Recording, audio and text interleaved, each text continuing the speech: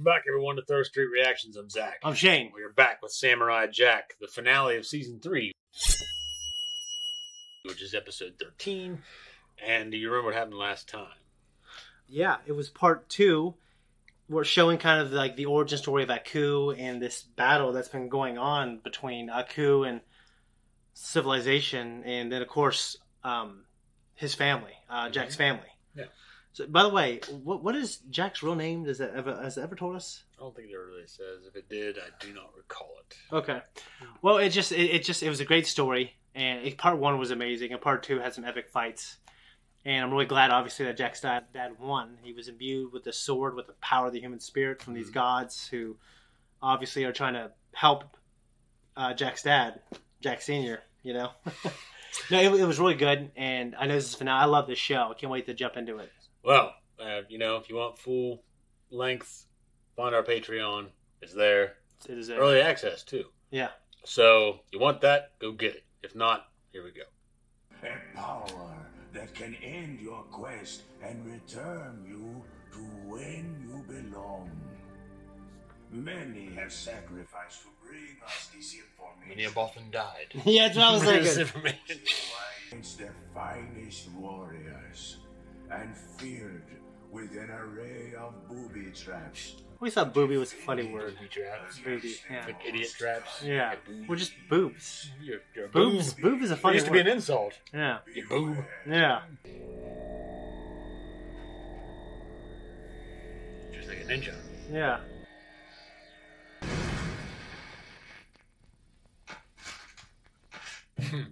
That's pretty cool.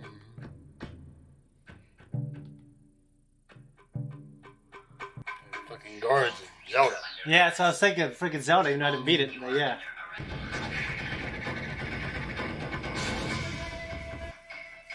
The Technodrome. Yeah, I was about to say, now they're going to put on top of the Technodrome. Why am I getting Pink Panther vibes? Yeah.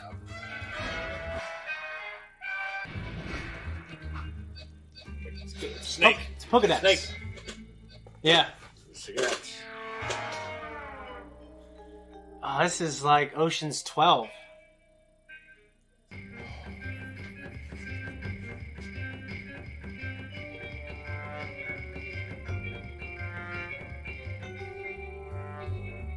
So close.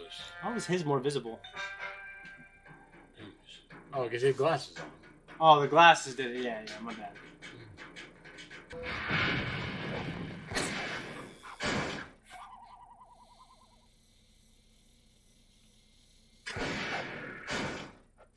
Like quick. Dude, yeah. Zelda vibes are everywhere. Zelda, for sure.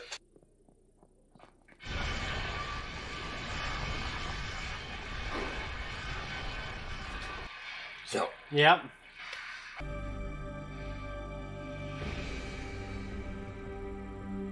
I wouldn't do that if I were you. We'll have to vaporize.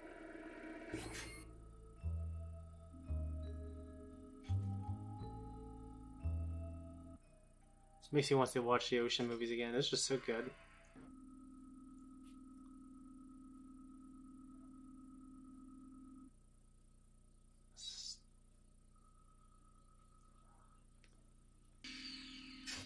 Very nice.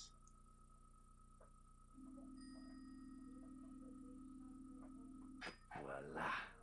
Piece of cake. This isn't yours. Yes, it is. No, it's not. Yes, it is. No, it's not. Yes, it is. No, it's not. Yes, it is. No, it's not. Yes, it is. No, it's not. Yes, it is. No, it's not. Yes, it is. No, it's not. Yes, it is. No, it's not.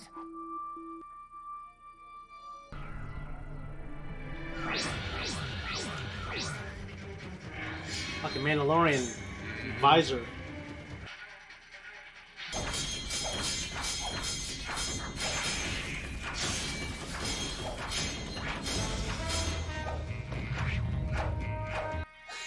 He's cool, man. That Sphinx monster that was also a Power Rangers villain. I can't remember his name. You just said it. Goldar was the other one. There's Goldar, and there's one later that actually looked like blue and everything like the Sphinx.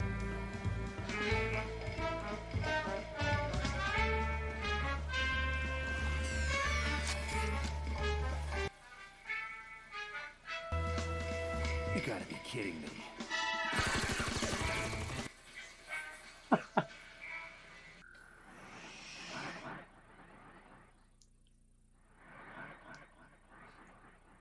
No one checks the janitor's closet.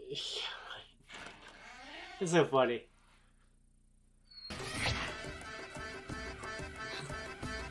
Look at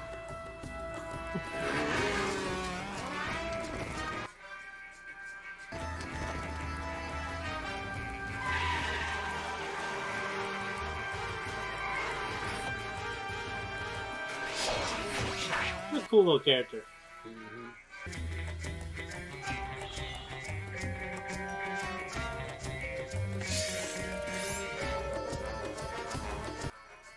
You should have got in the hallway before they fanned out. Yep.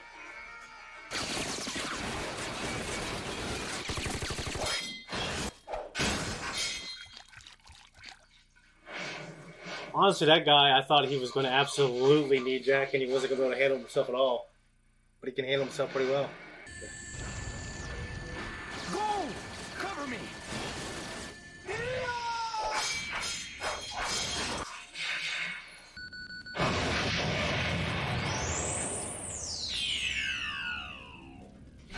Fuck that. That's dirty, dude.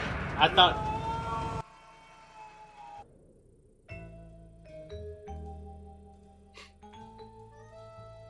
You're welcome.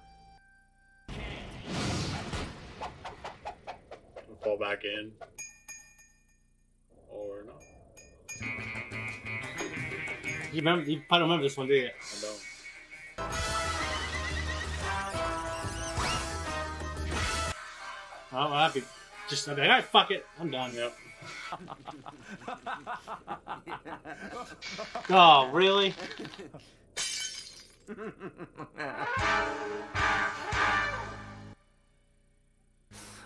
All that beautiful money gone. If it's just like a precious gemstone, then you can still, you know. So the pieces. Yeah. Yeah. Probably gets his power though. Yeah.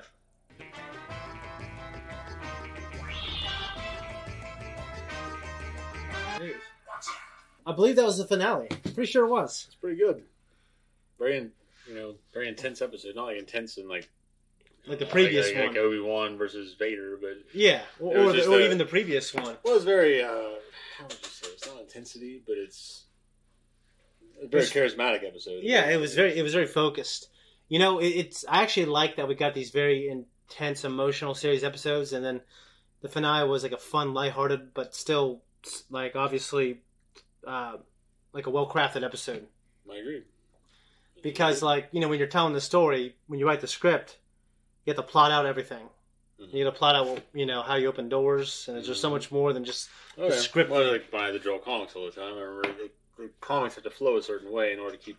It's like you're shooting a movie. Yeah, The door can't be on the right of the room when it was first on the left. Yeah. I mean, there's different. That's a very generic way of putting it, but yeah, you're right. You can't break the 180 Yeah. degree rule. there's a rule of continuity there Yeah. that's got to flow a certain way, and the way you take people through pages and panels. I mean, you can't. There's rules you don't break. I don't know how to really explain them that well. I mean, But they make sense They because make sense. There's something to have in. you watch enough movies, they make sense. Yeah, yeah, So the ones that don't make sense, well, they ain't gonna fucking make sense. No one's attacked. yeah. I was gonna say, I got a lot of, and you got a lot of Zelda vibes, obviously, with yeah. like going through a little, basically like a temple to find an artifact, solving problems. But I got like Zelda Breath of the Wild iconography with the color and like the eye and stuff like that. With that, Well, I mean, Breath of the Wild is ingrained more in our recent memory because of the blue flames and everything with the tech and Yeah. shit, and the Guardian tech. yeah, But for some reason, I don't know. I think maybe it's just because I'm thinking of Wind Waker and I don't know what those things are called, but the statues with the eye that shoot the beams at you. Like, they don't know those are blue. Like the eye, the beam that would shoot at you. yeah. I do remember. Yeah, Because we thought about that with the Guardian. Yeah. Not Guardian, but the little guard statue things. Yeah. So, yeah, I definitely got the vibes there. And, Indiana Jones. Lupin the Third. which I haven't seen, but I heard it was good. Yeah, I've watched several with Isabel, and it's pretty enjoyable. And Jigen's probably my favorite character. And that guy, kind of in terms of looks, it looks The like silhouette, him. like he's a... But Jigen doesn't. Jigen has black hair, black beard, and everything. But he still has like kind of the slouched fedora. Okay. And get up. He's a combination of Jigen and Lupin. Okay. Because Lupin uses the little gadgets, and Jigen's like a gunman. Okay. And like a really good getaway driver and shit. Yeah. So. The eye the eyes that are like around, like the one they broke off, remind us of the eye on top of the Technodrome, which is like to us iconic. It is. So I'm playing Ninja Turtle Shredder's Revenge now, and it's a fucking great game. But I'll tell you what, the great James Avery is dead, and the voice that they have used for Shredder is not very good. Should have been Kevin Michael Richards. It probably would have that man in the CGI series on Nickelodeon. Yeah, he was the Shredder's voice. Okay, I think I've heard that because even though I've only seen a little bit of the first few, even though I've only seen a little bit of the first season, my kids have had it on in the background. He's great. Yeah, and it needs to be him. Yeah, and if you're not gonna have that guy anymore, you can at least have Kevin Michael Richards. Yeah, fucking great. He's a great voice actor. He's been around for a long fucking time. What's interesting is I'm very sure they got like either the original voice actors or impressions of the original voice actors for the 90s or the 80s/90s cartoon. Well, I don't know if all of them, because the original voice actor for Leonardo was also Liquid Snake. Really? Yes. That's awesome. But I don't know if they got all of them. I know that, for instance, the CGI series I just mentioned, the 2012 series. Yeah. They had episodes where they crossed dimensions and met those counterparts. When Ninja Turtles Forever, which is like the combination of the 2002 cartoon. I actually didn't watch. I only watched the first season of the cartoon. Loved it. Like Ninja Turtles enthusiasts swear by that version. I've seen the movie. Yeah, I've seen the movie too. Yeah, and it was great when they confront the black and white 1980s comics. It was really awesome. Really intense versions of themselves. But I'm saying that those voice actors that they had playing those versions of those turtles from the 90s cartoon. Yeah, they sounded pretty well on point. I mean, I haven't seen it in so long and watched through it. They didn't feel like they don't sound exactly like them, but they sound enough like them. Yeah. I wonder if maybe they use those people. Okay. Not. I don't know. But like I said, I know for a fact that the voice actor for Leonardo in those is Liquid Snake. That's freaking awesome, though. Yeah. One thing that, and I need to rethink. And I'm pretty sure this is where it came from. Kevin Munro, who directed TMNT, the fourth chronological movie, he gave each turtle like this identity in terms of his looks. Like they weren't all the same with different color masks. And every iteration we've had after that, they've all, for the most part, kind of had that same look. Like Raphael was like a little bigger and stronger. Donatello was nerdy. Michelangelo was obviously the most immature and the youngest, and kind of looked that way and acted that way a little. He wasn't just goofy. He was young, That's what they did with the 2012 series. I mean, Donnie was a little taller and skinnier. Yeah. Mikey was a little more I'm trying to remember what they look like right now. I keep thinking of the TMNT one. Well, Raph looks he's shorter, but he's really stocky. And his shell's cracked and shit, so he looks tougher. And Leonardo looks like he's probably the most mature one. Well, one of the things I've seen in that show that was so amazing to me was when they're in badass ninja mode and they're like rising out of this water and their eyes are white. Yeah, it's the fucking coolest thing I've ever seen in my life.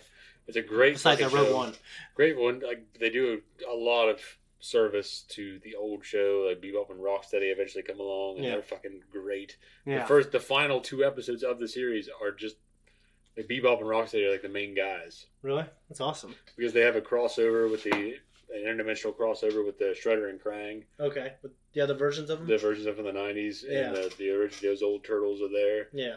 And they're like Bebop and Rocksteady get employed by that Shredder and Krang because their Bebop and Rocksteady get left behind because they're idiots.